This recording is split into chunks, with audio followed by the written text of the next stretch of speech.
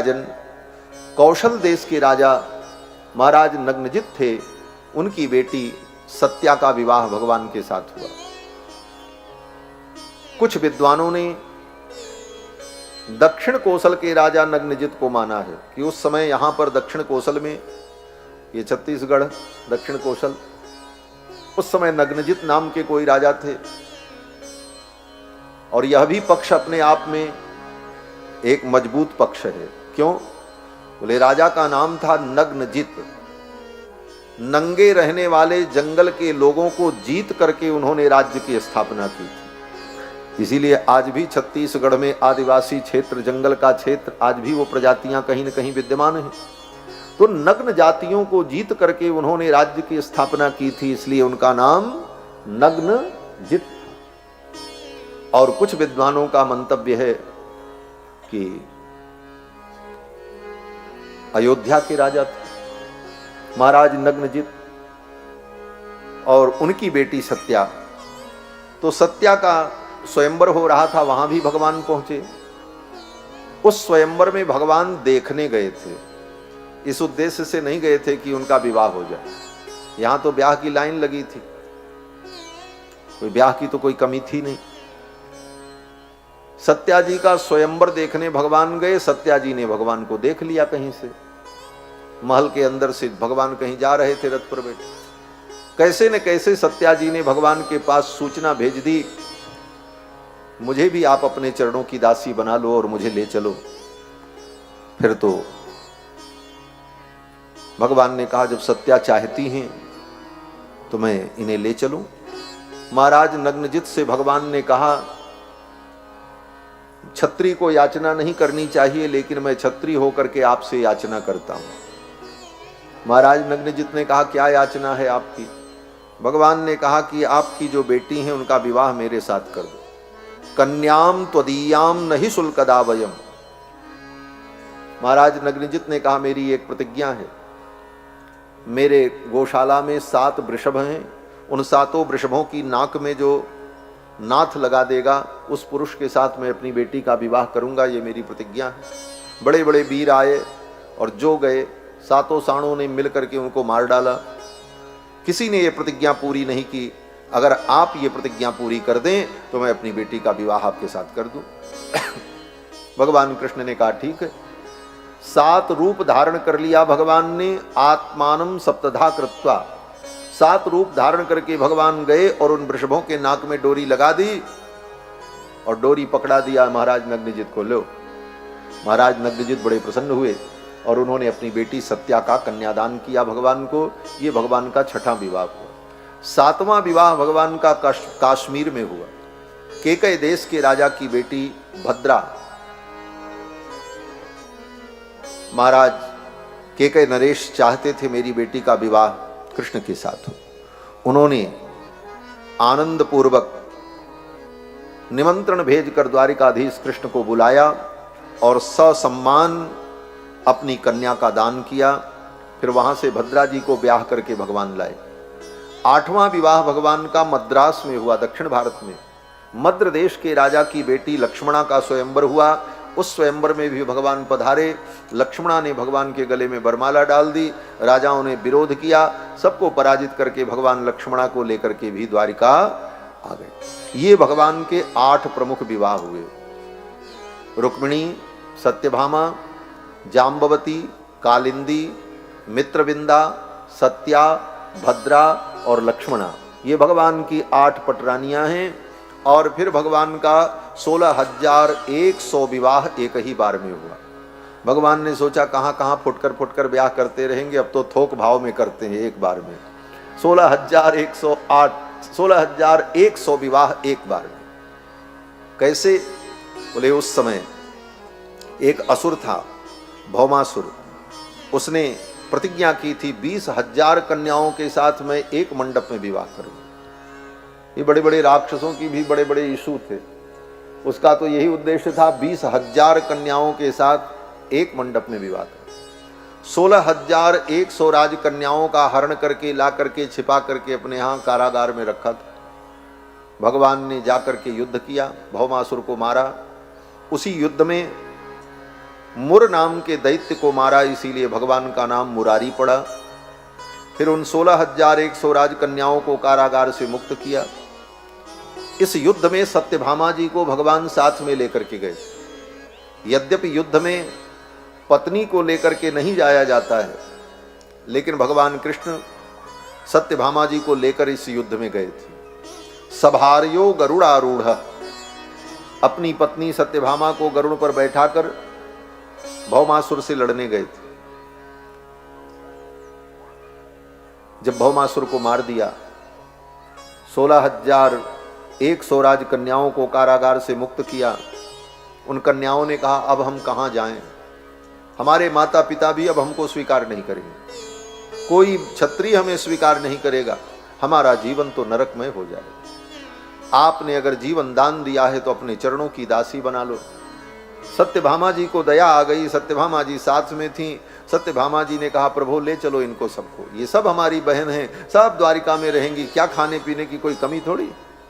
फिर तो भगवान ने उन 16,100 राजकन्याओं को भी द्वारिका भेज दिया। ये भगवान के जितने विवाह हुए ना, ये भगवान की करुणा के कारण। भगवान को ब्याह करने का कोई शौक नहीं था, ऐसी परिस्थितियां बनती चली गईं और भगवान किसी का त्याग नहीं कर सकते। उन 16,100 राजकन्याओं ने कहा, अब हम कहां जाएं? भगवान ने कहा, चलो, जिसको दुनिया में कहीं आश्रय न मिले उसे तो गोविंद के चरणों में आश्रय मिलता है। भगवान सबके आश्रय हैं और भागवत में तो भगवान को आश्रय तत्व के रूप में ही बताया गया। उन 16,100 राजकन्याओं को भगवान ने द्वारिका विदा कर दिया। वो भौमासुर दैत्य देवराज इंद्र के छत्र को, वरुण के छत्र को, देव माता अदिति के कान के कुंडल को छीन लाया था, वो सब लेकर के भगवान स्वर्ग गए। छत्र भेंट किया, देव माता अदिति को कुंडल दिया और वहां से फिर कल्प वृक्ष लेकर, पारिजात वृक्ष लेकर के भगवान आए, सत्यभामा के आंगन में लगाया और उसके बाद सुंदर मंडप का निर्माण हुआ। कल्पना करो कितना बड़ा मंडप रहा होगा, जिस मंडप में 16,100 दुल्हन बैठे और एक दूल्हा बैठे। कैसा दृश्य रहा होगा। देवता, गंधर्व, यक्ष, किन्नर सब आकाश में प्रकट हो गए इस लीला को देखने के लिए। और फिर तो सहनाइयां बजी, मंगल गीत गाए गए और भगवान ने उन 16,100 राजकन्याओं का पाणी ग्रहण किया। कुल मिलाकर के 16,108 विवाह भगवान के। एक एक पत्नी से 10-10 पुत्र और एक एक बेटियां पैदा हुई। एक एक पत्नी से 10-10 पुत्र, एक एक बेटियां। फिर उन एक एक पुत्रों के 10-10 पुत्र और एक एक बेटियां। इतना बड़ा भगवान कृष्ण का परिवार था। भगवान के पुत्र पौत्र जो थे उनको उपदेश देने के लिए जो अध्यापक नियुक्त किए गए थे, वो अध्यापक कितने थे? बोले 3,188,000 अध्यापक भगवान के पुत्र पौत्रों को पढ़ाने के लिए नियुक्त किए गए। हर विषयों को पढ़ाने के लिए, गणित, संस्कृत, व्याकरण, वेद, स्मृति, धर्मशास्त्र, धनुर्विद्या, इन समस्त विद्याओं में पारंगत बनाने के लिए, भगवान के पुत्र पौत्रों को शिक्षा देने के लिए जो अध्यापक आचार्य थे, उनकी संख्या 3,128,000 थी। सोचो, कृष्ण की लीला अद्भुत है। फिर तो भगवान ने द्वारिका में रहते हुए अनेक अद्भुत लीलाएं की हैं। भगवान ने इसी लीला के क्रम में भगवान के पौत्र अनिरुद्ध का विवाह बाणासुर की बेटी उषा के साथ हुआ। उसमें भी बड़ी लड़ाई हुई महाराज। बाणासुर ने भगवान के पौत्र अनिरुद्ध को बंदी बना करके कारागार में डाल दिया। भगवान को जब पता चला तो भगवान अपने पौत्र को छुड़ाने के लिए गए। युद्ध हुआ। भगवान शंकर युद्ध करने के लिए आए बाणासुर की तरफ से। बड़ा भयंकर युद्ध का वर्णन है। अंत में बाणासुर पराजित हुआ। बाणासुर की भुजाओं को भगवान ने अपने चक्र के द्वारा काट दिया। 4 भुजाएं उसकी छोड़ दी। 1,000 भुजा थी बाणासुर की। फिर तो बाणासुर ने अपनी बेटी उषा का विवाह भगवान के पौत्र अनिरुद्ध के साथ कर दिया और फिर अपनी पौत्र वधू को भगवान लेकर के आए। कृष्ण अवतार में भगवान के खानदान में सब ब्याह ऐसे ही हुए महाराज। भगवान के ब्याह, उनके बेटे का ब्याह, पोते का ब्याह, सब के ब्याह में लड़ाई मारपीट, कहीं ससुर जी की खोपड़ी फूट रही है, कहीं साले साहब की खोपड़ी फूट रही है, कहीं ससुर जी के साथ पटका पटकी हो रही है। ये सब करने के बाद तब विवाह होता था। अरे एक विवाह तो ऐसा हुआ जिस विवाह में भगवान के पौत्र का विवाह भगवान के साले रुक्मी के बेटे के साथ, वो बेटी के साथ हो रहा था। और वहीं विवाह मंडप में ही दोनों समधी बैठे हुए थे, बलराम जी और कृष्ण, और उधर रुक्मी। उसी में खेल होने लगा। जनवासे में अक्ष क्रीड़ा होने लगी। राजाओं का तो ये सब धर्म होता था, जुआ खेलना, अक्ष खेलना। उस खेल में बलराम जी हार गए। जब बलराम जी हार गए तो रुक्मी जोर जोर से हंसने लगा, अट्टहास करने लगा, देखो बलदेव जी संकर्षण हार गए, इनको जुआ खेलना क्या है, ये तो राजाओं का धर्म है। इस तरह जब बोला तो बलराम जी को गुस्सा लगा। बलराम जी ने अपना हल मूसल उठाया और उसी जनवासे में समधी का वध कर दिया, मार डाला, रुक्मी का वध कर दिया। वही रुक्मी जिस रुक्मी को बचाने के लिए बलराम जी ने कन्हैया को डांटा था, अभी प्रसंग आया था।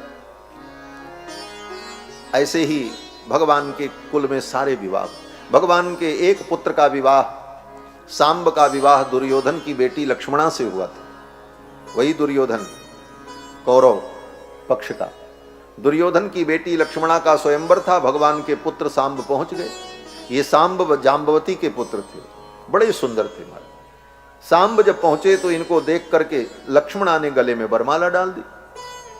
दुर्योधन ने कहा ये स्वयंवर स्वीकार नहीं है। सांब ने कहा लक्ष्मणा ने मेरा वर्ण किया है, मैं ले जाऊंगा लक्ष्मणा को। दुर्योधन ने कहा तुम्हारी इतनी हिम्मत, यदुवंशियों की इतनी ताकत हो गई कि वो कौरवों से युद्ध कर सके, बना लो बंदी इसको। दुर्योधन ने आदेश दिया, भगवान के पुत्र सांब को बंदी बना लिया। भगवान को पता चला। भगवान ने सोचा अब इस समस्या के समाधान के लिए तो भैया को भेजना पड़ेगा।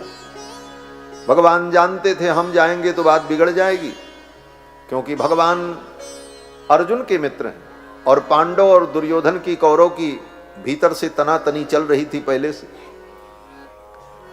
और बलराम जी का चेला है दुर्योधन। बलराम जी ने दुर्योधन को गदा युद्ध सिखाया था। भगवान ने सोचा अगर मैं जाकर के दुर्योधन को कुछ कहूंगा, दुर्योधन का अपमान हुआ तो बलराम जी नाराज हो जाएंगे, घर में लड़ाई शुरू हो जाएगी। इसलिए बलराम जी को ही इस कार्य के लिए आगे भेजा जाए। तो बलराम जी गए और बलराम जी ने जाकर के संदेश दिया दुर्योधन को कि भाई मेरे भतीजे को और बहू को आनंद पूर्वक विदा कर दो। दूत ने जाकर के सूचना दी। दूत के मुख से सूचना सुनकर दुर्योधन अहंकारी तो था ही, अहंकार में वो सोच नहीं पाया, समझ नहीं पाया और सभा में ही उसने बोल दिया, इन यदुवंशियों की इतनी औकात, जो जूतियों के समान थे हम कौरव वंश के सामने, आज वो हमारे सिर चढ़ करके बोल रहे हैं।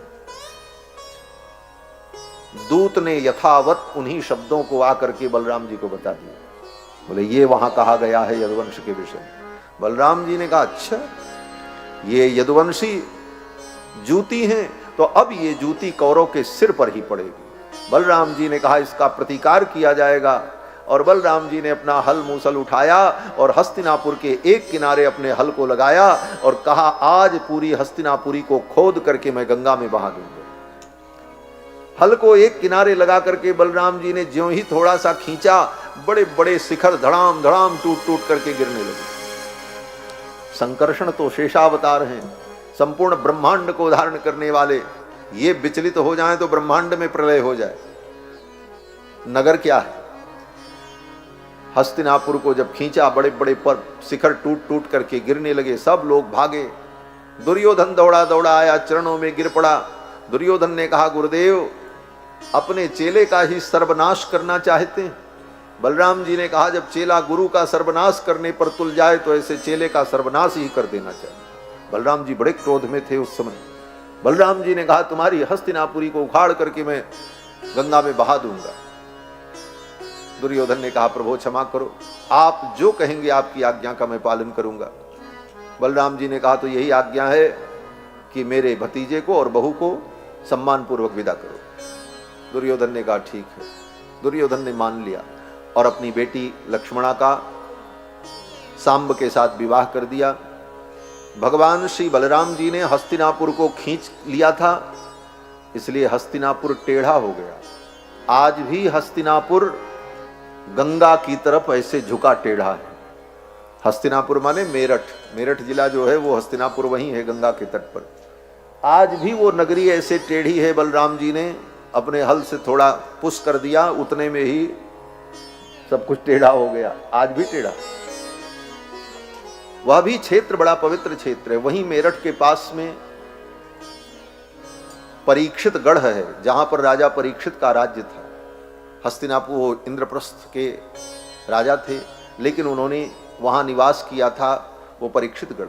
वहीं पर कौशिकी नाम की नदी है, जिस नदी के तट पर श्रृंगी ने राजा परीक्षित को शाप दिया था।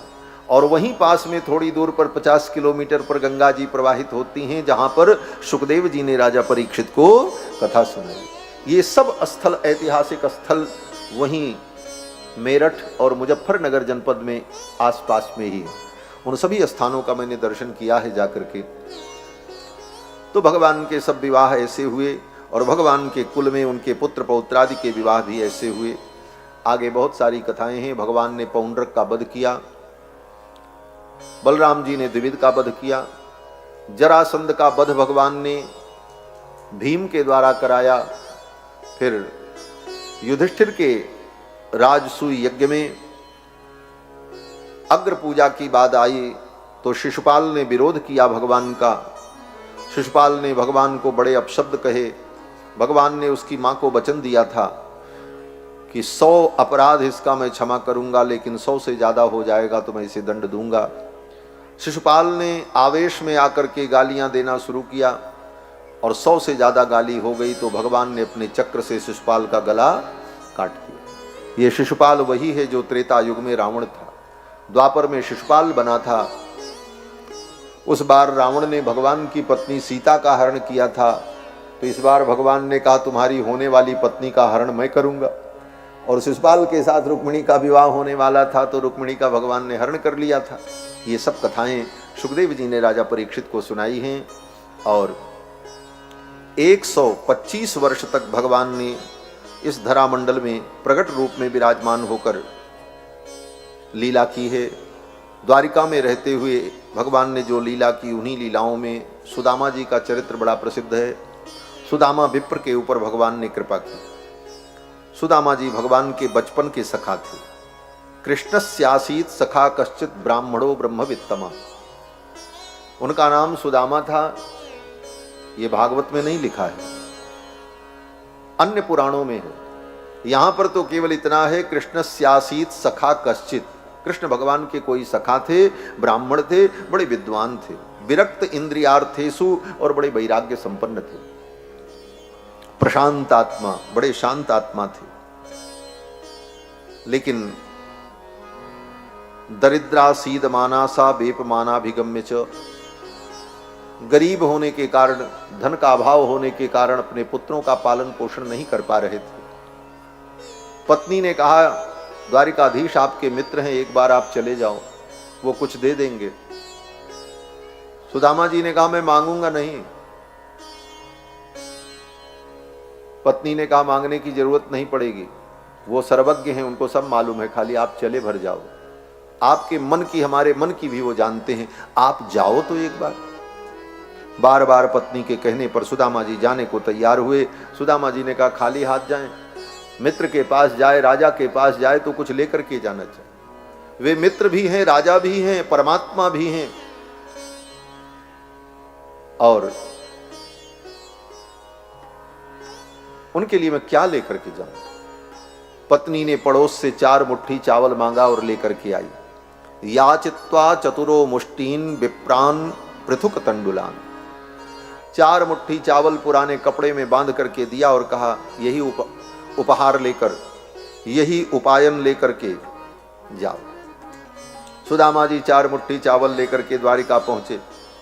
भगवान को जब पता चला, भगवान अपने महल से निकल करके दौड़े हुए आए, सुदामा जी को प्रणाम किया, गले से लगा लिया और आदर पूर्वक सुदामा जी को लेकर के भगवान गए और अपने पलंग पर बैठाया सुदामा जी को, अपने निज कक्ष में ले जाकर। ये भी नहीं कि बैठक में मिलकर के वहीं से विदा कर दिए,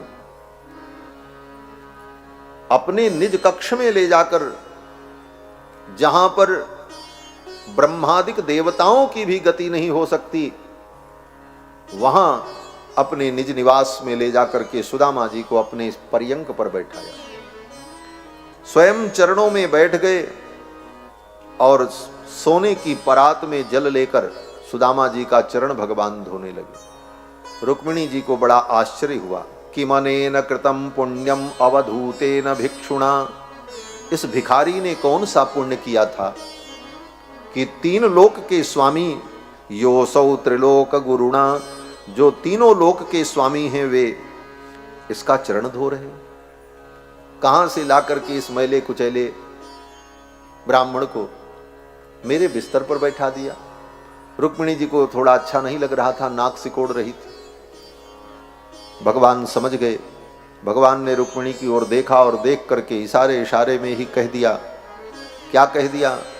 बोले भगवान ने इशारे इशारे में रुक्मिणी को कहा, रुक्मिणी आज तू द्वारिका की पटरानी है तो तुझे बड़ा गर्व है। एक ब्राह्मण की कृपा थी कि तू आज द्वारिका की पटरानी बनी है। वो ब्राह्मण तेरा संदेश लेकर के आया था, तेरे भाई को पता चल जाता तो उस ब्राह्मण के टुकड़े टुकड़े हो जाते, लेकिन उस ब्राह्मण ने अपने जान की बाजी लगा करके तुम्हारा संदेश मुझ तक पहुंचाया, तब आज तुम द्वारिका की पटरानी हो, नहीं तो द्वारिका की नौकरानी भी नहीं बन सकती थी। और आज मैं एक ब्राह्मण का आदर कर रहा हूं, एक ब्राह्मण का चरण धो रहा हूं, तो तुम्हें द्वारिका की पटरानी होने का गर्व है। भगवान तो ब्रह्मण्य देव है। नमो ब्रह्मण्य देवाय गो ब्राह्मण हिताय च जगद्धिताय कृष्णाय गोविंदाय नमो नमः। भगवान ब्रह्मण्य देव है। भगवान ने इशारे में ही सब कुछ बता दिया। रुक्मिणी समझ गई। फिर तो रुक्मिणी जी ला ला करके एक एक वस्तु देने लगी। भगवान ने सुदामा जी का पूजन किया। भगवान ने सुदामा जी से पूछा, भैया गुरुकुल से जाने के बाद विवाह किया कि नहीं? सुदामा जी ने कहा, हाँ भैया विवाह तो हो गया। बोले तब तो मेरी भाभी ने कुछ जरूर भेजा होगा।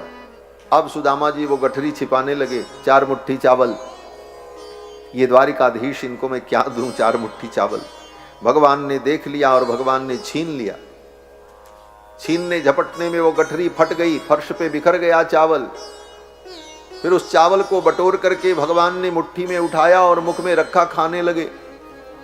एक मुट्ठी खाई, दूसरी मुट्ठी खाने चले, तब तक रुक्मिणी ने हाथ पकड़ लिया। इति मुष्टिम सकृत जग्ध्वा द्वितीयाम जग्धुमा दधे तावत श्री जगृहे हस्तम तत्परा परमेष्ठिना। रुक्मिणी ने भगवान का हाथ पकड़ लिया और रुक्मिणी जी ने कहा, एतावतालम विश्वात्मन सर्वसंपत् समृद्धये। सुदामा को सर्व संपत्ति और समृद्धि देने के लिए एक ही मुट्ठी पर्याप्त है, क्योंकि एक मुट्ठी खा करके आपने सुदामा को सब कुछ दे दिया। अब आपके पास देने के लिए कुछ बचा ही नहीं। अगर ये दूसरी मुट्ठी भी खा लिया तो इसके बदले में इस ब्राह्मण को क्या दोगे आप? पहले ये बताओ, क्या बचा है आपके पास देने के लिए? केवल मैं बची हूं। क्या मेरा भी दान कर दोगे? इस ब्राह्मण के साथ विदा कर दोगे? फिर तो वो 3 मुट्ठी चावल जो था वो रुक्मिणी जी ने अपने आंचल में ले लिया और एक एक कण भगवान की सभी पत्नियों को प्रसाद के रूप में दिया है। एक ब्राह्मण के घर से आया हुआ आशीर्वाद है। इस भावना से भगवान की सभी पत्नियों ने उस चावल के एक एक कण को ग्रहण किया और सब ने कृपा की। सुदामा जी के घर अपूर्व संपत्ति वैभव प्रकट हो गया। दूसरे दिन सुदामा जी को भगवान ने विदा कर दिया। सुदामा जी जब जाने लगे तो दरवाजे तक पहुंचाने गए भगवान। महल के द्वार तक नंगे पांव भगवान सुदामा जी को पहुंचाने गए, लेकिन अपने तरफ से भगवान ने एक धोती एक गमछा भी नहीं दिया सुदामा जी, एक फूटी कौड़ी भी नहीं दी भगवान ने। हाँ, जैसे सुदामा आए थे वैसे ही विदा किया। सम्मान दिया, प्रेम दिया, स्नेह दिया, आत्मीयता दिखाई।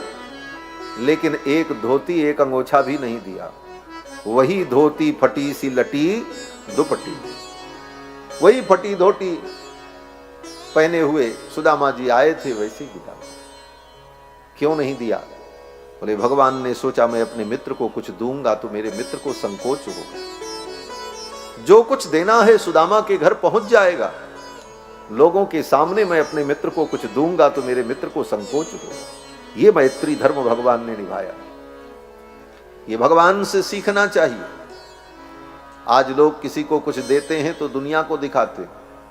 गरीब को कपड़ा भी बांटेंगे तो कहेंगे वीडियो बनाओ, रील बनाओ, सारी दुनिया को दिखाओ। तुम उसकी गरीबी का मजाक उड़ाते हो, वो तुम्हारा दान व्यर्थ हो जाता है। दान गुप्त होना चाहिए, गोपनीय होना चाहिए। दान गुप्त हो तो वह दान व्यक्ति की रक्षा करता है। भगवान ने कुछ दिखाया नहीं और सबके सामने कुछ नहीं दिया। सुदामा जी जब पहुंचे तो सुदामा जी का जो घर था, जहां कुटिया थी, वहां महल बन गया रातों रात। जो भगवान अपनी प्रजा के लिए अपने संकल्प से समुद्र के अंदर सोने की द्वारिका बना सकते हैं, उनके लिए असंभव क्या है। उन्होंने सुदामा जी के लिए भी द्वारिका जैसी ही पुरी बना दी। सुदामा पुरी बन गई, स्वर्ण की सुदामा पुरी बन करके तैयार। सुदामा जी जब पहुंचे तो देखे कुटिया गायब। सुदामा मंदिर देख डरे, कहां गई मेरी राम झोपड़िया, कंचन महल खड़े। मेरी राम झोपड़ी कहां चली गई? यहां तो सोने के महल बन गए। फिर तो सुदामा जी सब समझ गए, ये गोविंद की कृपा है। तब तक वो ब्राह्मणी सुदामा की पत्नी सुशीला नख से सिख तक आभूषणों से लदी हुई, सजी संवरी महल के अंदर से निकल करके आई और चरणों में प्रणाम किया। सुदामा जी ने देखा, अरे सुशीला तू? सुशीला ने कहा, नाथ ये सब द्वारिकाधीश की कृपा है। सुदामा जी की आंखों में आंसू आ गए। सुदामा जी ने कहा, देवी भगवान ने बहुत अच्छा निर्णय किया। तुम्हें इन वस्तुओं की जरूरत थी, मुझे तो जरूरत थी नहीं। तुम्हारे कहने पर मैं गया था। भगवान जानते थे इस बात को, इसलिए मुझे कुछ नहीं दिया। ये जो कुछ दिया है तुम्हारे लिए दिया। अर्थात भगवान का यही संदेश है, सुदामा तुम अपने त्याग और तपस्या और वैराग्य में ही रहो। ये वैभव तुम्हारे परिवार के लिए है। सुदामा जी ने कहा, तुम अपने पुत्र के साथ इस सुख का भोग करो, मैं तो जैसे रहता था उसी प्रकार रहूंगा। सुदामा जी जीवन भर उसी प्रकार रहे। ये नहीं कि सोने का महल हो गया तो अब सुदामा जी राजसी ठाट बाट का आनंद लेते। सुदामा जी अपने उसी तपस्या में, वही त्याग, वही वैराग्य, वही तितिक्षा, ये सुदामा का चरित्र है। भगवान ने मित्रता का धर्म निभाया। आगे भगवान ने अपने वंश का स्वयं संहार कराया। जो कुछ करते हैं भगवान अपने संकल्प से ही करते हैं। भगवान की लीला में किसी की कोई मर्जी, किसी का शाप कोई महत्वपूर्ण नहीं है। निज इच्छा निर्मित तनु माया गुण गोपाल। लेकिन लीला में कोई न कोई कारण बनता। गांधारी के शाप को भगवान ने कारण बना लिया था। गांधारी ने भगवान कृष्ण को शाप दिया था। महाभारत में कथा है, जब गांधारी के 100 पुत्र मारे गए, उन पुत्रों का अंतिम संस्कार करने के लिए युधिष्ठिर धृतराष्ट्र को लेकर, गांधारी को लेकर, कुंती को लेकर, परिजनों को लेकर के कुरुक्षेत्र में पहुंचे। किसी का सिर वहां पड़ा है, किसी के हाथ वहां पड़े हैं। स्त्रियां पछाड़ खा करके रो रही थीं। ऐसा करुण क्रंदन दृश्य था महाराज महाभारत के समय में। उन सारी लाशों को एक के ऊपर एक रख करके अंतिम संस्कार करना था। अलग अलग अंतिम संस्कार संभव नहीं। उस दुख को देखकर गांधारी का हृदय द्रवीभूत हो गया। गांधारी ने भगवान से कहा, कृष्ण द्वारिकाधीश तुम सर्वज्ञ हो, तुम चाहते तो ये युद्ध न होता, आज इन पुत्रों का विनाश न होता। तुम्हारे पास अनेक उपाय हैं, कर्तुम अकर्तुम अन्यथा कर्तुम समर्थ हो करके भी इस युद्ध को तुम रोक न पाए, और मेरे पूरे परिवार का विनाश हुआ, कुरुवंश का विनाश हुआ। सामर्थ्य होते हुए भी तुमने इस युद्ध को रोकने का प्रयास नहीं किया। अगर सच्चा प्रयास करते, भगवान ने कहा मैं संदीप दूत बनकर के आया था, ऐसा था वैसा था। गांधारी ने कहा कुछ नहीं, आप अगर चाहते सब कुछ बदल जाता, लेकिन आपने नहीं चाहा।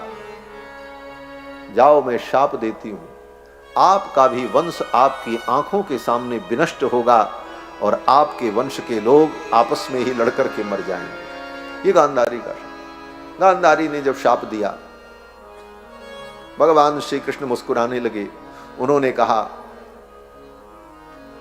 काकी जी, आपने मेरे ही संकल्प में अपनी सहमति प्रदान कर दी। मेरा भी यही संकल्प था। भगवान के संकल्प के बिना कोई लीला नहीं हो सकती। महाभारत युद्ध में भी जो हुआ वो भगवान का ही संकल्प था। सबको मरना था, उस प्रकार से यही भगवान का संकल्प था। क्योंकि महाभारत युद्ध जब समाप्त हुआ तो सब लोग लाशों को उठा रहे थे, तो किसी का सिर फूटा हुआ मिल जाए तो लोग कहते थे ये भीम की गदा से इसका सिर फूटा होगा। किसी के हाथ कटे हो, गला कटा हो, ये अर्जुन के बाण से कटा होगा। अर्जुन और भीम की ही प्रशंसा चारों तरफ गाई जा रही थी। युद्ध में ये बड़े वीर थे, बड़े वीर थे, सब लोग प्रशंसा कर रहे थे। भगवान श्री कृष्ण के पास पहुंचे, सबने कहा इस युद्ध का श्रेय किसको मिलना चाहिए? तो भगवान ने कहा हमने तो युद्ध देखा ही नहीं, मैं क्या किसको बताऊं, किसको श्रेय दूं? इतना बड़ा युद्ध हो रहा था, कौन किसको मार रहा है, किसने देखा? और ये तो सुनी सुनाई बातें हैं। किसी का सिर कटा है तो अर्जुन के बाण से कट गया, सिर फूट गया, जंघा टूट गई तो भीम की गदा से टूट गई। इसका निर्णय तो वो व्यक्ति करेगा जिसने संपूर्ण युद्ध को देखा। बोले किसने देखा है? बोले चलो मैं ले चलता हूं। बर्बरीक के पास ले गए। भीमसेन का पौत्र था बर्बरीक, बड़ा वीर था महाराज। उसने कहा ये युद्ध मैं देखना चाहता हूं। भगवान ने उसके सिर को धड़ से अलग करके स्वयं एक पेड़ में बांध दिया था। बोले जाओ, जब तक ये महाभारत युद्ध होगा तब तक तुम जिंदा रहोगे और इस युद्ध को तुम देखोगे। भगवान सबको लेकर के पहुंचे, भीम इत्यादि को बर्बरीक के पास। बोले इस सिर से पूछो, ये बताएगा कि युद्ध में श्रेय किसको मिलना चाहिए। पूछा बर्बरीक से, इस युद्ध में किसने किसको मारा, कौन सबसे बड़ा वीर? बर्बरीक ने पहले तो अट्टहास किया, ऐसा भयानक अट्टहास की पूरा वातावरण भयभीत हो गया। अट्टहास करते हुए बर्बरीक ने कहा किसी ने युद्ध नहीं किया, केवल दो लोग थे। युद्ध द्वारिकाधीश कृष्ण कर रहे थे, इनका चक्र चल रहा था, कभी इधर के लोगों को काट रहा था, कभी इधर के लोगों को काट रहा था। और पीछे पीछे साथ में महाकाली द्रौपदी खप्पर लेकर के चल रही थी। जिसके जिसके सिर को सुदर्शन काट रहे थे उसके रक्त का पान कर रही थी भगवती द्रौपदी। द्रौपदी भगवान की महायोग माया और भगवान कृष्ण का चक्र, इन्हीं दो लोगों ने संहार किया है, किसी ने नहीं किया। बर्बरीक ने अपनी आंखों देखी, बताई। बोले भगवान कृष्ण के सुदर्शन चक्र से ही सब मारे जा रहे थे और उनके मर जाने के बाद उनका रक्तपान महाकाली द्रौपदी कर रही। द्रौपदी भगवान की योग माया, द्रौपदी को ही निमित्त बना करके भगवान ने इस महाभारत युद्ध का बीजारोपण किया और भूभार का हरण किया। तो भगवान का ही संकल्प मूल में होता है। उन द्वारिका के यदुवंशियों के विनाश का संकल्प भी भगवान का ही था। गांधारी का शाप एक निमित्त था, ब्राह्मणों का शाप जो हुआ था वह भी एक निमित्त मात्र था। संकल्प तो भगवान का ही था। अपने कुल का संहार भगवान ने स्वयं करा दिया। फिर भगवान ने एक जरा नाम के व्याध के बाण को निमित्त बना करके अपनी लीला का संवरण कर लिया। जाते जाते भगवान ने उद्धव को तत्वोपदेश किया और कहा जाओ इस ज्ञान को सुरक्षित रखना और उत्तराखंड में बद्रीनाथ धाम में रह करके मेरा चिंतन करना। उद्धव जी को वहां विदा कर दिया। बलराम जी महाराज समुद्र के माध्यम से रसातल में चले गए, द्वारिकापुरी को समुद्र ने डुबो दिया। इस प्रकार से भगवान श्री कृष्ण ने 125 वर्ष तक इस धरामंडल पर प्रत्यक्ष प्रकट रूप में विराजमान होकर के लीला की। ये सब कथाएं श्री सुखदेव जी महाराज ने राजा परीक्षित को सुनाई। अंत में सुखदेव जी ने कहा, राजन अब तुम भगवान का स्मरण करो और मैं जा रहा हूं। सुखदेव जी ने कहा, तुम चिंता मत करना, राजन तुम मरिष्येति पशु बुद्धि मिमाम जहि। हे राजन तुम मरोगे, ये पशु बुद्धि है, ऐसी बुद्धि मत करना। तुम नहीं मरोगे, शरीर तुम्हारा मरेगा, आत्मा अजर अमर है। ये सब कह करके सुखदेव जी ने राजा परीक्षित को तत्व ज्ञान सुनाया और सुखदेव जी महाराज उठे और जैसे आए थे उसी प्रकार चले गए। जब सुखदेव जी जाने लगे, जाते जाते सुखदेव जी ने कहा, राजन घटे भिन्ने यथाकाश आकाश स्याद यथा पुरा एवं देहे मृते जीवो ब्रह्म संपद्यते पुनः। जैसे एक घड़ा हो, घड़े के अंदर जो खाली जगह है वो क्या है? बोले आकाश। खाली जगह को आकाश कहते हैं। घड़े के अंदर जो खाली जगह है वो घटाकाश। आपके घर के अंदर जो खाली जगह है वो मठाकाश। घटाकाश, मठाकाश, पटाकाश ये दार्शनिक शब्दावली है। तो घड़े के अंदर जो आकाश होता है, खाली जगह, उसको कहते तो घटाकाश है, माने घट के अंदर का आकाश। लेकिन वो घट के अंदर का आकाश इस महाकाश से अलग नहीं है। उसकी प्रतीति तब तक है जब तक घड़ा है। घड़ा फोड़ दो तो घड़ा तो फूट गया, उसके दो टुकड़े हो गए, उसके अंदर की खाली जगह कहां गई? बोले कहीं नहीं गई, जहां थी वहीं है। वो महाआकाश में थी, महाआकाश में ही है, वो कहीं आकाश गया नहीं। घड़ा के फूट जाने के बाद उस घट के अंदर का आकाश उस महाकाश में ही था। केवल एक घड़े के कारण उस महाकाश से उस आकाश की प्रतीति भिन्न रूप में हो रही थी। घड़ा फूटने पर वह प्रतीति समाप्त हो गई। वह आकाश महाकाश में ही प्रतिष्ठित था, उससे अभिन्न था।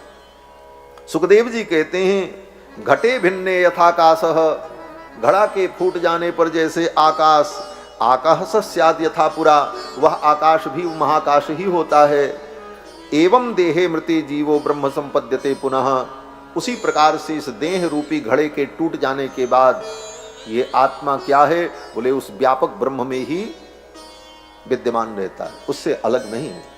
यही देह और आत्मा के भेद को समझना। राजा परीक्षित भगवान का स्मरण करने लगे। सुखदेव जी चले गए। तक्षक नाग आया, क्योंकि शाप का जो विधान था वह भी होना था। तक्षक नाग ने आकर के राजा परीक्षित के शरीर में मुख लगाया। उसी समय राजा परीक्षित का शरीर भस्म की ढेरी बन गया, शरीर जल करके राख हो गया। आत्मा का उत्क्रमण हो चुका था, दाह संस्कार करने की जरूरत नहीं पड़ी। फिर तो गंगा जी की एक लहर आई और संपूर्ण राख को लेकर के चली गई। राजा परीक्षित को मोक्ष की प्राप्ति हुई। इसके बाद कथा आती है कि श्री सूत जी महाराज ने शौनकादि मुनियों को भगवान का चरित्र सुनाते हुए मार्कंडे जी की कथा सुनाई, बाल मुकुंद भगवान की कथा सुनाई। एक बार श्री मार्कंडे जी महाराज ने तपस्या की, भगवान प्रसन्न हुए। भगवान ने कहा वरदान मांगो। मार्कंडे जी ने कहा हम आपकी माया का दर्शन करना चाहते। भगवान के भक्त भी बड़े विचित्र होते। एक भक्त कहते हैं हम आपकी माया को नहीं देखना चाहते, आपकी माया से हम बचना चाहते हैं। और एक भक्त कहते हैं हम आपकी माया देखना चाहते हैं। मार्कंडे जी ने कहा हम आपकी माया देखना चाहते हैं। भगवान ने कहा ठीक।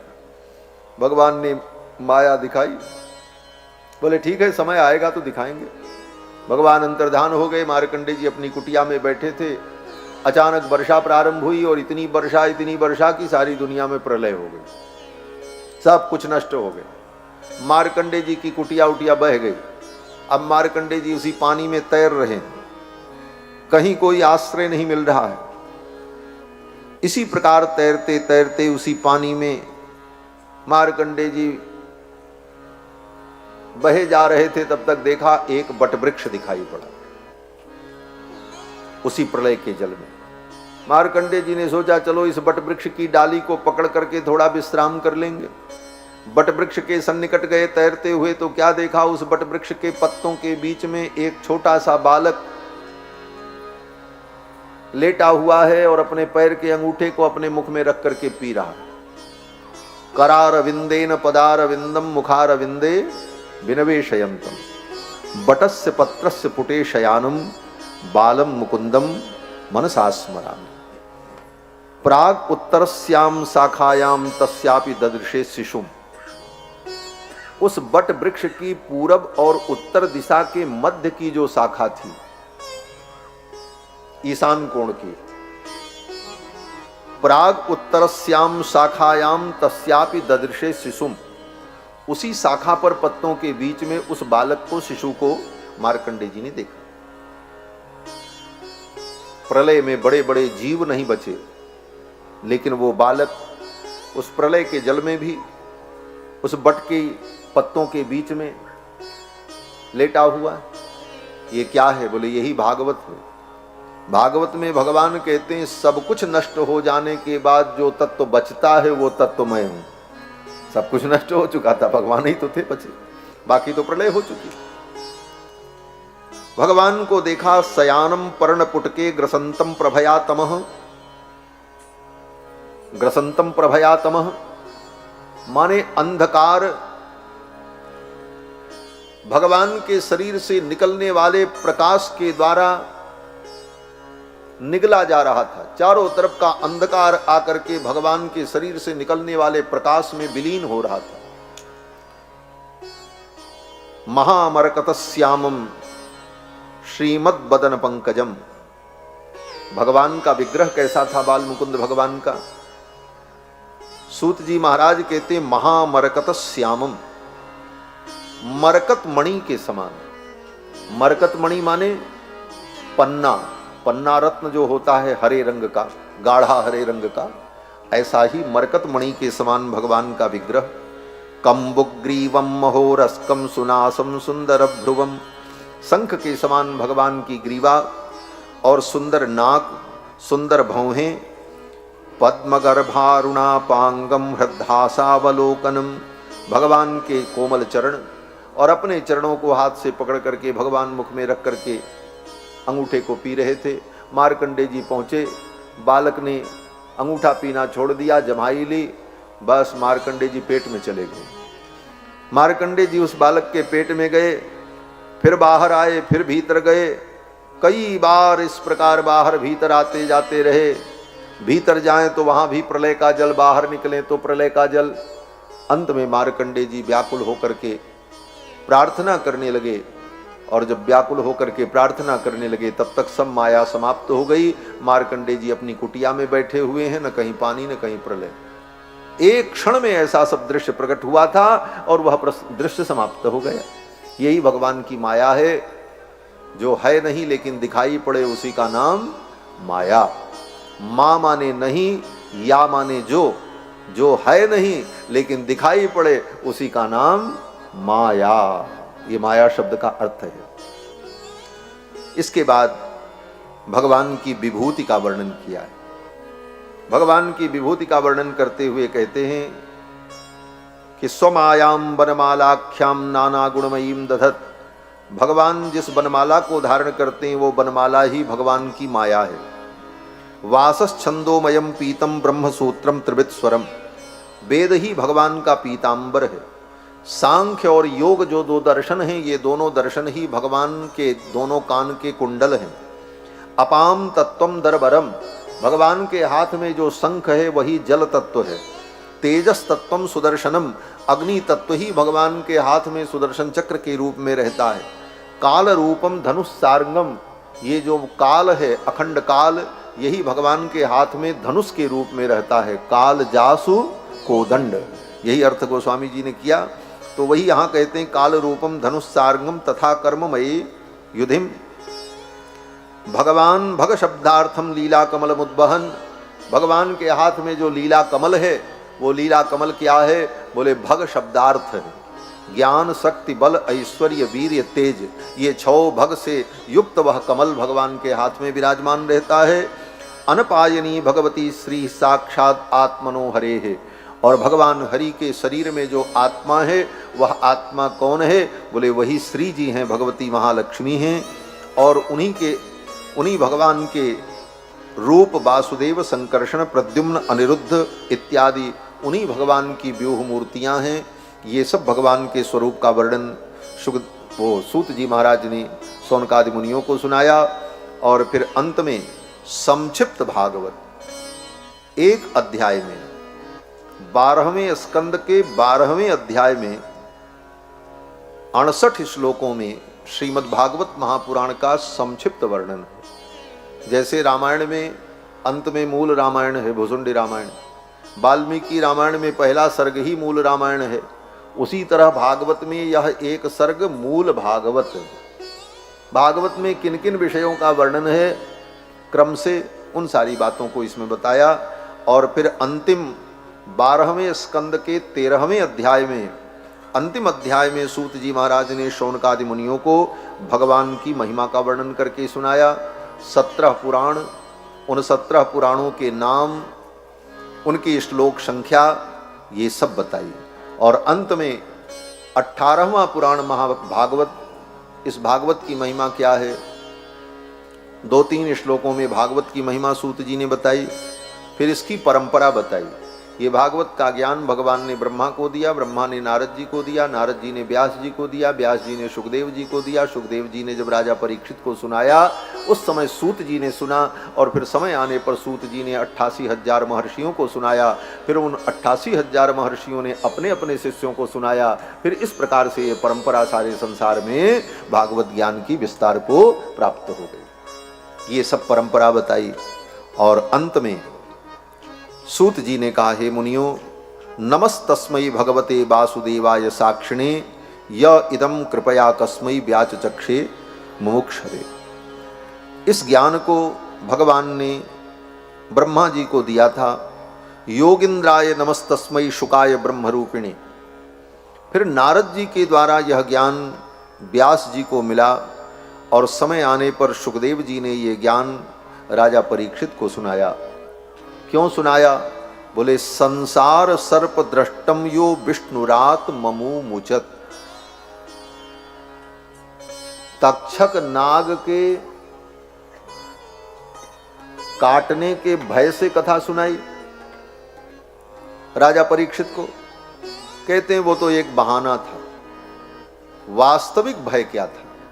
कहते हैं संसार सर्प दृष्टम, ये संसार ही सांप है, तक्षक नाग है जो हमको काट करके खा लेगा। एक दिन ये संसार हमको निगल जाएगा ये क्योंकि 7 ही दिन ब्रह्मा ने बनाया है, रविवार, सोमवार, मंगलवार, बुधवार, बृहस्पतिवार, शुक्रवार, शनिवार, 8वां दिन है ही नहीं।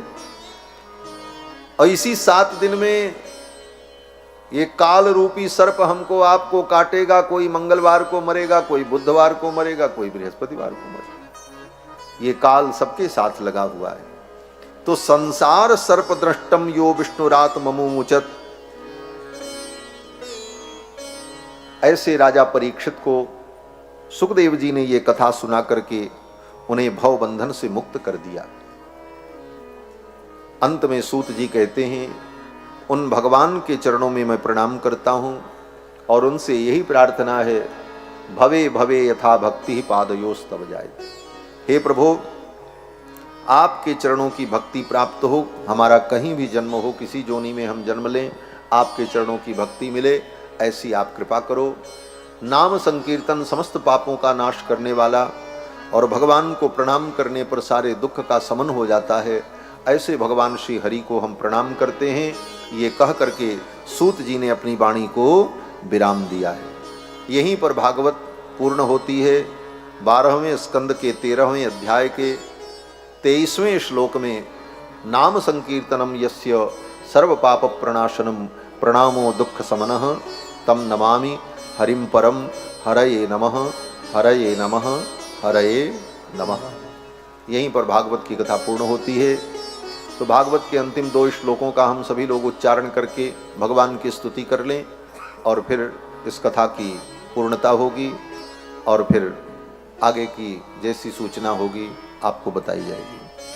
बोलो श्री कृष्णचंद्र भगवान की जय। सीधे होकर के बैठ जाइए पलथी मार के। हाँ, पादयोस्तव जायते तथा कुरुस्व देवेश तथा कुरुष्व देवेश नाथस्त्वन्नो यतः प्रभो नाथस्त्वन्नो यतः प्रभो नाम संकीर्तनं यस्य नाम संकीर्तनं यस्य सर्वपाप प्रणाशनम् सर्वपापप्रणाशनं प्रणामो दुःख समनः प्रणामो दुःखशमनः तं नमामि हरिं परम् तं नमामि हरिं परं हरये नमः हरये नमः हरये नमः हरये नमः। बोलो वृंदावन बिहारी लाल की की जय श्री सुखदेव भगवान की जय श्री वेदव्यास भगवान की जय श्री भागवत भगवान की जय सत्य सनातन धर्म की जय अनंत कोटि वैष्णवों की जय गो माता की जय सब संतन की जय सब भक्तन की जय सब विप्रन की जय जय जय श्री राधे श्याम। 7 दिनों तक आप सभी लोगों ने धैर्यपूर्वक इस कथा को श्रवण किया। आप सभी लोग भगवान की कृपा को प्राप्त करें। इस कथा का अनुष्ठान श्री चंपेश दास जी ने, श्रीमती सरला पटेल ने अपनी वंदनीय माता श्री सुशीला देवी के संकल्प को पूर्ण करने के लिए किया। उनका संकल्प था अयोध्या में जाकर रामलला सरकार के सम्मुख आपने वहीं पर ध्वजस्तंभ के पास हमारा हाथ पकड़ करके कहा, स्वामी जी कथा तो सुनब। अपनी छत्तीसगढ़ी भाषा में हम तो नहीं बोल सकते, लेकिन बोले महाराज सुनाना है आपको। हमने कहा ठीक है, और भगवान की कृपा हुई। अति व्यस्तता में भी हमने बार बार धीरपाल जी से कहा बड़ा मुश्किल है, बड़ा मुश्किल। धीरपाल जी ने कहा कुछ भी हो स्वामी जी कथा तो सुनानी है मैया को। हमने कहा ठीक है, और भगवान ने कृपा की। उनके भाव और उनकी श्रद्धा का ये परिणाम कि कथा की तिथि निश्चित हो गई और आज ये कथा 7 दिन पूर्ण भी हो रही है। तो इस व्यासपीठ से श्रीमती सुशीला देवी जी के लिए भी बहुत बहुत आशीर्वाद। भगवान के चरणों की भक्ति प्राप्त हो और भगवान के चरणों में निष्ठा बनी रहे। भगवान आपका परम कल्याण करें, धर्मपूर्वक आपका जीवन व्यतीत हो मंगलमय ढंग से। इसी आशीर्वाद के साथ सभी श्रोताओं के लिए मंगल कामना। और जिन जिन लोगों ने इस कथा में तन से मन से जिस किसी भी प्रकार से सहयोग किया, उन सभी के लिए इस व्यासपीठ से हम मंगल कामना करते हैं और यही आशीर्वाद देते हैं कि निरंतर उत्तरोत्तर आपके जीवन में भगवान के चरणों की भक्ति बढ़े। भक्ति बढ़ेगी, सब कुछ मिल जाएगा। यस्यास्ति भक्तिर् भगवत्य किंचना सर्वैहि गुणैहि तत्र समासते सुरा। जिसके जीवन में भगवान की भक्ति आ गई, सद्गुण आ गए, उसे सब कुछ प्राप्त हो जाता है। और बाकी तो दुनिया है, ये सब चलती रहेगी। सारी दुनिया एक जैसी कभी हो नहीं सकती। सभी महात्मा हो जाएं, सभी ज्ञानी हो जाएं, यह भी संभव नहीं है। लेकिन हमारा हित क्या है, हमारा अहित क्या है, ये हम जान सकते हैं। जब पशु पक्षी अपना हित अहित जान लेता है, हित अनहित पशु पक्षी हो जाना। ये तो मानव योनि, इस योनि में आकर क्या कर्तव्य है, इसे हम जान करके कथा सत्संग के माध्यम से श्रवण करके हम अपने जीवन को धन्य बनाएं। इसी शुभकामना के साथ, मंगल कामना के साथ वाणी को विराम देते हैं। कल का कार्यक्रम क्या होगा गीता पाठ का, वो धीरपाल जी घोषणा करेंगे। और हवन का भी कार्यक्रम होगा कल। कल ही हवन का कार्यक्रम है। कल हवन का कार्यक्रम और गीता पाठ का कार्यक्रम, बाकी भंडारा इत्यादि कब और कैसे होगा वो सब ये बताएंगे। हमको तो जो बताना था वो हमने सब बता दिया। बोलो श्री सीतारामचंद्र भगवान की जय। जय जय श्री राधे।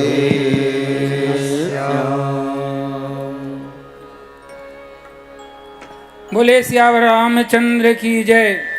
सूचना श्रोता बंधुओं को, माताओं बहनों, कल गीता पाठ होगा 9 बजे से और सभी लोग समय से आ जाएं। सुबह 9 बजे। सुबह 9 बजे से। और 15 तारीख को भंडारा कल है। कल भंडारा भी होगा। सब द्वादशी तिथि है कल।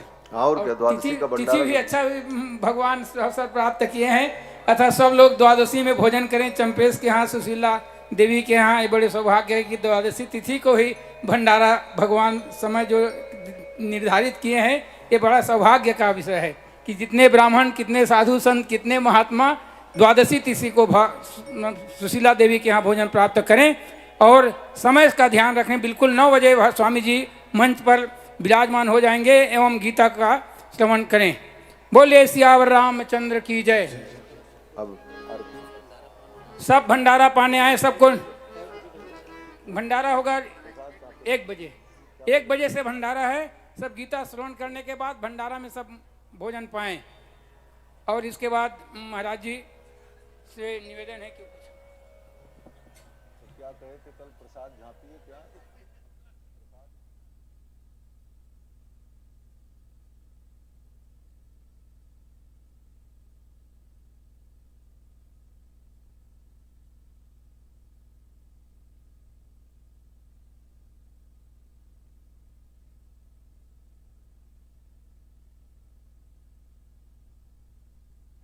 चंपेश दाऊ जी, सभी से निवेदन है प्रसाद ही प्राप्त करके जाएं।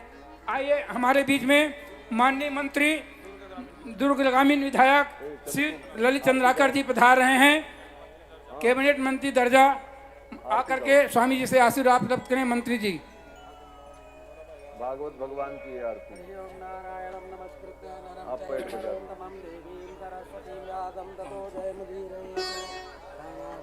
मंत्री जी से निवेदन, आरती में शामिल हो जी। ये पैड बजाएंगे। चलिए, मंत्री जी से निवेदन, आप आए, पूज्य स्वामी जी से आशीर्वाद ग्रहण करें। आप इधर इधर आ जाइए। प्रभु जी इधर आ जाइए।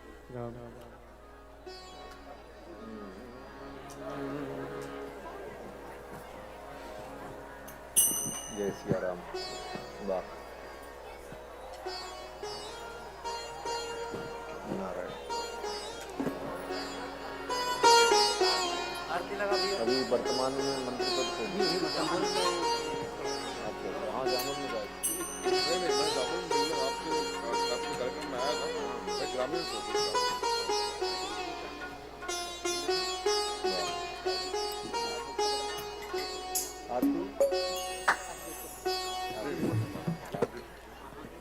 मैं मंत्री महोदय से निवेदन करता हूं कि 2 शब्द हम सब लोगों को संबोधन करने की कृपा करें।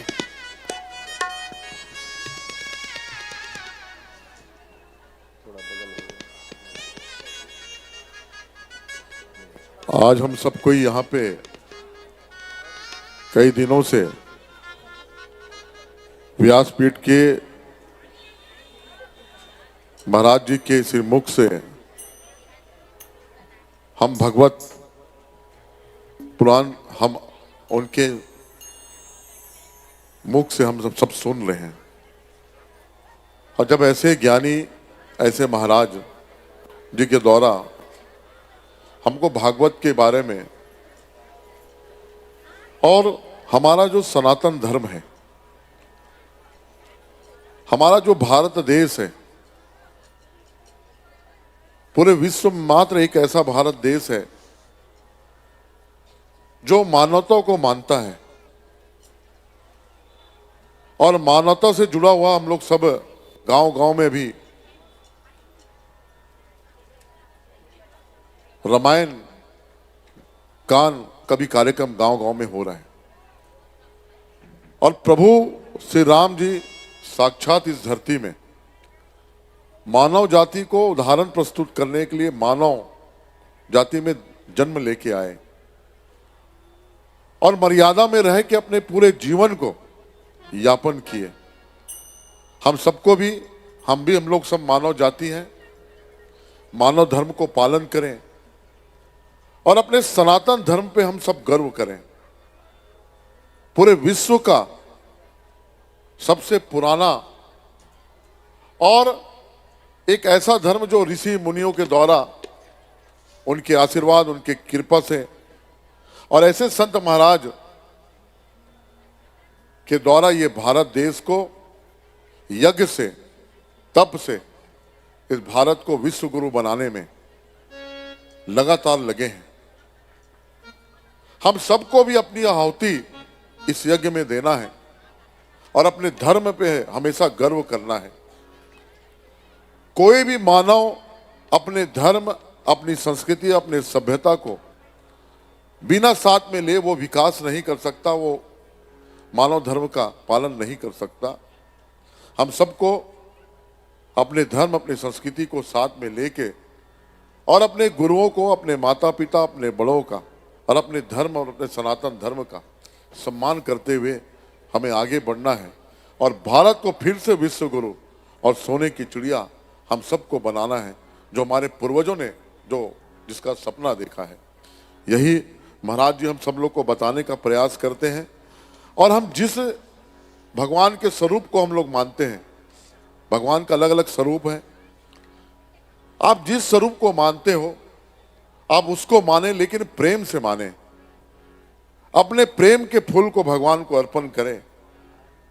यही भगवत जी चाहते हैं और हम सब भगवत जी के चरणों में अपने प्रेम को अर्पित करें और तभी हमारा जीवन सुख, शांति, समृद्धि हो सकता है और मन में बिना लालच, बिना द्वेष के, बिना विकृति के हम भगवान को माने और पूरा अपना सर्वस्व उस भगवान को अर्पण करें और वही हम सबको देने वाले हैं।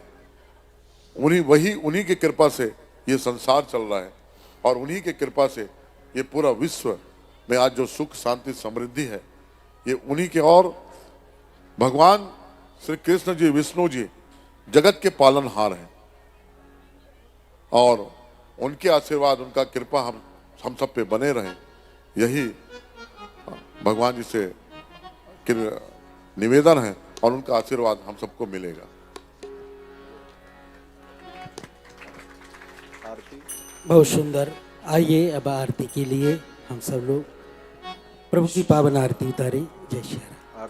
श्री भागवत भगवान की है आरती, पापियों को पाप से है तारती। श्री भागवत भगवान की है आरती, पापियों को पाप से है तारती। ये अमर ग्रंथ, ये मुक्ति पंथ, ये पंचम वेद निराला, नव ज्योति जगाने वाला। हरि नाम यही, हरि नाम यही, हरि नाम यही, हरि नाम यही, जग के मंगल की आरती। पापियों को पाप से है तारती। श्री भागवत भगवान की है आरती, पापियों को पाप से है तारती। ये शांति गीत पावन पुनीत, पापों को मिटाने वाला, हरि दर्श कराने वाला। ये शांति गीत पावन पुनीत, पापों को मिटाने वाला, हरि दर्श कराने वाला। ये सुख करनी, ये दुख हरनी, ये सुख करनी, ये दुख हरनी। प्रभु की महिमा की आरती, पापियों को पाप से है तारती। श्री भागवत भगवान की है आरती, पापियों को पाप से है तारती। ये मधुर बोल भव पंथ खोल, सन्मार्ग बताने वाला, बिगड़ी को बना घनश्याम यही, श्री राम यही घनश्याम यही, प्रभु के महिमा की आरती, पापियों को पाप से है तारती, श्री भागवत भगवान की है आरती, पापियों को पाप से है तारती, पापियों को पाप से है तारती, पापियों को पाप से है तारती। आरार्तिक्यं समर्पयामि जलेन शीतलीकरणम् आरातिग्रहणं पुष्पै देवाभिवन्दनं हरिः ओम्। यज्ञेन यज्ञमयजन्त देवास्तानि धर्माणि प्रथमान्यासन्ना तेहनाकं महिमानः सजन्त यत्र पूर्वे साध्याः सन्ति देवाः। ओम कृष्णाय वासुदेवाय हरये परमात्मने प्रणतक्लेशनाशाय गोविन्दाय नमो नमः। नाम संकीर्तनं यस्य सर्वपापप्रणाशनं प्रणामो दुःखशमनः तं नमामि हरिं परम्। मन्त्रपुष्पाञ्जलिं समर्पयामि श्रीपुराणपुरुषोत्तमाय नमः। श्रीकृष्णचन्द्राय